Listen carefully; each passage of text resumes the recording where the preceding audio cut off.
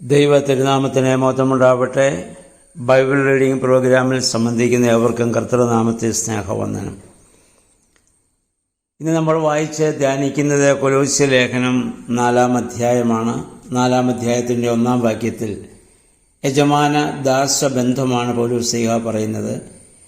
യജമാനന്മാരെ, നിങ്ങൾ ദാസരോട് നീതിയും സമഭാവനയും നിങ്ങൾ പുലർത്തുവിൻ. നിങ്ങൾക്ക് സ്വർഗത്തിൽ മറ്റൊരു യജമാനനുണ്ടെന്നുള്ള ബോധ്യത്തോടെ ദയാപൂർവം അവരോട് ഇടപെടുവാൻ നിങ്ങൾക്ക് സാധിക്കണം. ഇതിനു മുൻപ് ദാമ്പത്യ ജീവിതത്തിൽ നമ്മൾ അനുഷ്ഠിക്കേണ്ട കാര്യങ്ങളെക്കുറിച്ച് പറഞ്ഞു. 4-ാം അധ്യായത്തിൻ്റെ 1-ാം വാക്യത്തിൽ ഇതും പൗലോസ്ലീഹ ഓർമ്മപ്പെടുത്തുന്നു. ഇനി പൗലോസ്ലീഹ പറയുന്നത് ചില ഉപദേശങ്ങളാണ് നൽകുന്നത്. 2 മുതൽ 4 വരെയുള്ള വാക്യങ്ങൾ അദ്ദേഹം പറഞ്ഞു, പ്രാർത്ഥിക്കുവിൻ. എങ്ങനെ പ്രാർത്ഥിക്കണം? ഉണർവോടെ പ്രാർത്ഥിക്കണം, താല്പര്യത്തോടെ പ്രാർത്ഥിക്കണം. പ്രാർത്ഥിക്കാൻ വേണ്ടിയല്ല പ്രാർത്ഥിക്കേണ്ടത്. യേശു എന്ന വ്യക്തിയെ മുന്നിൽ കണ്ടുകൊണ്ട് ആ ദൈവത്തോട് നമ്മൾ നടത്തുന്ന അപേക്ഷയും സംഭാഷണവും ഒക്കെയായിട്ട് പ്രാർത്ഥനയെ കാണാം. അങ്ങനെ ഉണർവോടുകൂടി ജാഗ്രതയോടുകൂടി പ്രാർത്ഥിക്കാൻ സാധിക്കണം. 2, ഈ പ്രാർത്ഥിക്കേണ്ടത് എപ്പോഴാണ്? എപ്പോഴും പ്രാർത്ഥിക്കണം.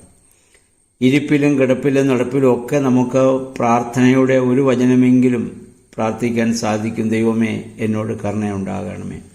സുറിയാനി സഭയുടെ പിതാക്കന്മാർ എപ്പോഴും പ്രാർത്ഥിച്ചിരുന്ന ഒരു വചനമായിരുന്നത്, എന്നോട് കരുണയുണ്ടാകണമേ. 3, ദൈവം നൽകിയ നന്മകൾക്കായിട്ടുള്ള കൃതജ്ഞതയോടെ പ്രാർത്ഥന അർപ്പിക്കാൻ നമുക്ക് സാധിക്കണം.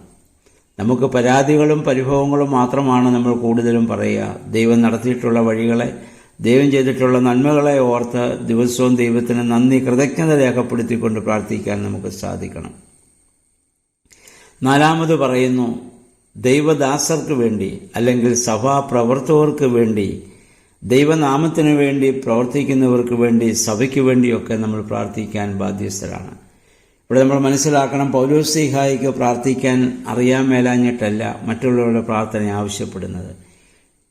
ക്രിസ്തു തലയായിരിക്കുന്ന ശരീരത്തിലെ അവയവങ്ങൾ തമ്മിലുള്ള ബന്ധം എന്താണ്?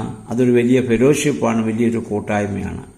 ഒരവയവത്തിന് വേണ്ടി മറ്റൊരവയവമാണ് ചിന്തിക്കുകയും പ്രവർത്തിക്കുകയും ചെയ്യുന്നത്.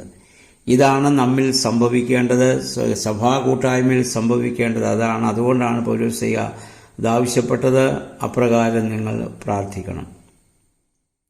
5-6 വാക്യങ്ങളിൽ അക്രൈസ്തവരോടുള്ള പെരുമാറ്റം എങ്ങനെയായിരിക്കണമെന്ന് പറയുന്നത്, അത് വിവേകത്തോടും വിജ്ഞാനത്തോടും കൂടിയായിരിക്കണം. ലഭിക്കുന്ന അവസരങ്ങളൊന്നും നമ്മൾ നഷ്ടപ്പെടുത്തരുത്. ദൈവനാമ മഹത്വത്തിനായി അത് പ്രയോജനപ്പെടുത്തണം. നമ്മുടെ സംഭാഷണ രീതി അത് ദൈവകൃപ ലഭിച്ചവർക്ക് അനുയോജ്യമായ രീതിയിലായിരിക്കണം. 6-ാം വാക്യത്തിൻ്റെ അവസാന ഭാഗം ശ്രദ്ധിക്കുക. ഓരോരുത്തരോടും എങ്ങനെ മറുപടി പറയണമെന്ന് നിങ്ങൾ മനസ്സിലാക്കിയിരിക്കണം. കാരണം വളരെ വ്യത്യസ്തരായ മനുഷ്യരോടാണ് നമ്മൾ ഇടപെടേണ്ടി വരിക. പലവിധമായ കൾച്ചർ ഉള്ള ആളുകളുണ്ട്, അല്ലെങ്കിൽ സ്വഭാവ രീതികളുള്ളവരുണ്ട്. അവർക്കൊക്കെ മനസ്സിലാകുന്ന രീതിയിലും അവർക്കൊക്കെ ഉൾക്കൊള്ളാവുന്ന രീതിയിലും നമുക്ക് ദൈവത്തെക്കുറിച്ച് പറയുവാനും അവരോട് ഇടപെടുവാനും നമുക്ക് സാധിക്കണമെന്നുള്ളതാണ്. 7 മുതൽ 9 വരെയുള്ള വാക്യങ്ങളിൽ തിഖിക്കോസ്, ഒനേസിയോമോസ് എന്നീ സഹപ്രവർത്തകരെ കുറിച്ചുള്ള ഒരു വലിയ സാക്ഷ്യപത്രം പൗലോസ്ലീഹ ഇവിടെ നൽകുന്നുണ്ട്. അത് പ്രിയ സഹോദരൻ, സഹപ്രവർത്തകൻ, വിശ്വസ്തൻ, പ്രിയപ്പെട്ടവൻ എന്നൊക്കെയാണ് അവരെക്കുറിച്ച് പൗലോസ്ലീഹ പറയുന്നതായ വാക്കുകൾ. ഇത് സഭ ശുശ്രൂഷയിൽ ഏർപ്പെട്ടിരിക്കുന്നവരും അവരുടെ കീഴിലുള്ളവരോടും ഒക്കെ ഉണ്ടാവേണ്ടതായൊരു മനോഭാവമാണിത്. അപ്പോൾ ഈ ഒരു മനോഭാവത്തോടുകൂടി ഒരു സഹോദര്യ തുല്യമായ സ്നേഹത്തോടെ നമ്മൾ പ്രവർത്തിക്കുമ്പോൾ ആ ഒരുമയോടെ, ഐക്യത്തോടെ എല്ലാവർക്കും ഒരുമിച്ച് പ്രവർത്തിക്കാൻ സാധിക്കുന്ന ഒരു സാഹചര്യമുണ്ടാവും. അതാണ് സഭയിൽ ഉണ്ടാവേണ്ടത്. 10 മുതൽ 17 വരെയുള്ളതായ വാക്യങ്ങളിൽ ചില അഭിവാദനങ്ങളാണ് പൗലോസ്ലീഹ പറയുന്നത്. ഈ ലേഖനം ലവോദിക്കയായാലും വായിക്കപ്പെടണമെന്ന് വിളിച്ച് പൗലോസ്ലീഹ ആഗ്രഹിക്കുന്നുണ്ട്. ലവോദിയർക്കുള്ള ഒരു ലേഖനത്തെക്കുറിച്ച് 16-ാം വാക്യത്തിൽ നമ്മൾ വായിക്കുന്നുണ്ട്. പക്ഷെ ആ ലേഖനം ഇതുവരെ കണ്ടുകിട്ടിയിട്ടില്ല. അതുകൊണ്ടാണ് അത് ബൈബിളിൽ ചേർക്കപ്പെടാതെ പോയത്. അവൾ പറയുന്നത്, നിങ്ങൾക്കുള്ള ലേഖനം ലവോദിക്ക സഭയ്ക്കും ലവോദിക്കർക്കെഴുതിയ ലേഖനം നിങ്ങളും വാങ്ങി വായിക്കണം. അന്ന് ധാരാളം ലേഖനങ്ങൾ ഇതുപോലെ എഴുതി നഷ്ടപ്പെട്ടിട്ടുണ്ടാവാം. എന്നാൽ ലഭിച്ചതിൽ ഏറ്റവും ശ്രേഷ്ഠമായത് നോക്കി പിതാക്കന്മാർ ക്രോഡീകരിച്ചാണ് ബൈബിളായിട്ട് നമുക്കിപ്പോൾ തന്നിട്ടുള്ളത്. അങ്ങനെ ധാരാളം എഴുതിയിട്ടുണ്ടാവും. എഴുതിയതെല്ലാം ലഭിച്ചിട്ടില്ല, ലഭിച്ചതെല്ലാം സ്വീകരിച്ചിട്ടുണ്ടാവില്ല. ബൈബിൾ രൂപീകരണവുമായി ബന്ധപ്പെട്ടപ്പോൾ ഞാൻ ഈ കാര്യം നിങ്ങളെ ഓർമ്മപ്പെടുത്തിയിട്ടുള്ളതാണ്. പിന്നെ ആർക്കിപ്പോസിനുള്ളതായ ആ ഉദ്ബോധനം, അത് സഭാപ്രവർത്തകർ പ്രത്യേകം അത് ശ്രദ്ധിക്കേണ്ടതാണ്. ഇപ്പോൾ നമുക്കറിയാം, പൗലോസ്ലീഹ ഇത് എഴുതുമ്പോൾ തൻ്റെ ഒരു കൈ ചങ്ങലയ്ക്ക് ഇട്ടുകൊണ്ട് മറുകൈ കൊണ്ടാണ് അദ്ദേഹം അഭിവാദനങ്ങൾ എഴുതുന്നത് നമ്മൾ മനസ്സിലാക്കണം.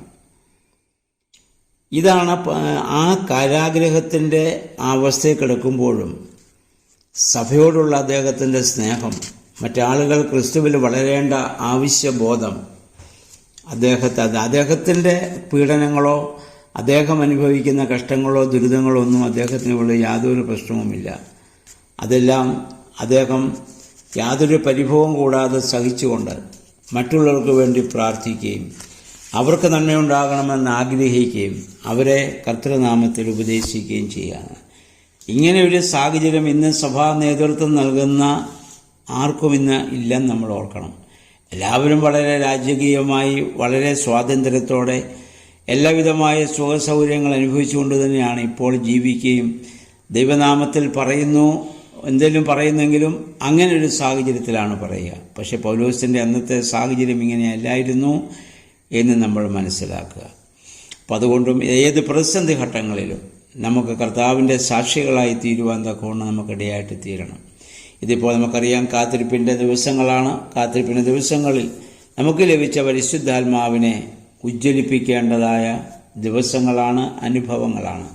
മാമോദീസായിലൂടെ നമുക്ക് ലഭിച്ച പരിശുദ്ധാത്മാവിനെ, അതിന് പാപചിന്തകളും പ്രവൃത്തികളും മുഖാന്തരം പ്രവർത്തനരഹിതമായിട്ടുണ്ടെങ്കിൽ അതിനെ ക്രിസ്തുവിൽ ഒന്നുകൂടി ഉജ്ജ്വലിപ്പിക്കുന്ന, പ്രവർത്തന നിരതമാക്കുന്ന ദിവസങ്ങളാക്കി മാറ്റുവാൻ നമുക്കിടയായി തീരട്ടെ. കൊലോസ്യ ലേഖനം നൂറ്റാണ്ടുകൾക്ക് മുൻപ് പൗലോസ്ലീഹ എഴുതിയ ലേഖനം ഇന്ന് നമുക്കും നമ്മുടെ ക്രൈസ്തവ ജീവിതത്തിൽ ഏറ്റവും പ്രസക്തമായ ഒരു ലേഖനം തന്നെയാണ്. അതനുസരിച്ച് നമ്മുടെ ജീവിതത്തെ ക്രമപ്പെടുത്തുവാൻ നമുക്ക് ശ്രമിക്കാം. ദൈവത്തിൻ്റെ പരിശുദ്ധാത്മാവ് അതിന് നമ്മെ സഹായിക്കട്ടെ. നാളെ മുതൽ നമ്മൾ അടുത്ത പുസ്തകത്തിലേക്ക് പ്രവേശിക്കുകയാണ്. തെസ്സലോനിക്കർക്ക് എഴുതിയ ലേഖനം നാളെ മുതൽ ആ പുസ്തകം വായിക്കുകയും ധ്യാനിക്കുകയും ചെയ്യാം. ദൈവത്തിൻ്റെ പരിശുദ്ധാത്മാവ് നമ്മെ ശക്തീകരിക്കട്ടെ. ദൈവനാമം മാത്രം മഹത്വപ്പെടുവാൻ ഇടയാവട്ടെ.